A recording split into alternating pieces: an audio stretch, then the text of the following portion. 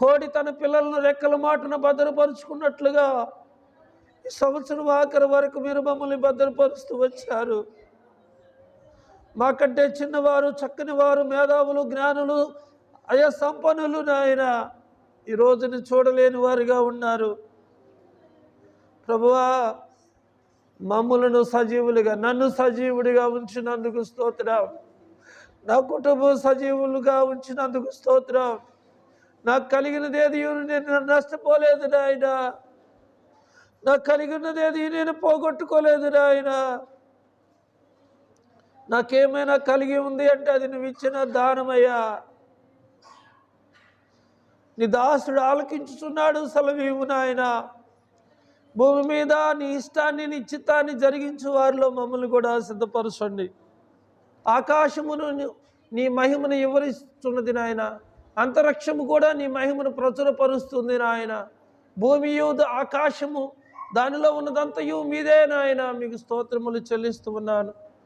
ఈరోజు నాయన నీ దయ కొరకు మేము కనిపెడుతూ ఉన్నాము, నీ కృప కొరకు కనిపెడుతున్నాము.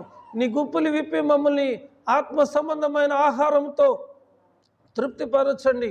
వాక్యం ధారాళంగా రాకుండా అడ్డగిస్తున్న శక్తులను, అల్లరి శక్తులను, వ్యతిరేక శక్తులను యేసుక్రీస్తు శక్తి కలిగిన నామంలో పాతాళంలో బంధిస్తున్నాను దేవా. ఈరోజు ప్రభువ నీ బలమైనటువంటి కార్యాలు మేము చూడాలి నాయన. చక్కని మాటలతో అయ్యా శిష్యునికి తగినటువంటి నోరును నాకు దయచేయండి నాయన. ఎట్టి వ్యాధి బాధ శోధనలో ఉన్నటువంటి వారికి కూడా నీ యొక్క మాటలు ఒక దివ్యమైన ఔషధం ప్రభువ. అయ్యా నీ మాటలు దివ్యమైన ఔషధము నాయన. వారు దీనదశలో ఉండగా వారిని మీరు జ్ఞాపకం చేసుకున్నారు. నీ వాక్కును పంపి వారిని బాగు చేశారు. అయ్యా నా తండ్రి, కృంగిన సమయంలో వారిని లేవనెత్తారు. దానికి స్వస్థతను నేను మరలా రప్పించుచున్నాను. సత్య సమాధానములను సమృద్ధిగా బయలుపరచుదును. గాయం చేయవాడును నేనే, గాయం మానుపువాడును నేనే.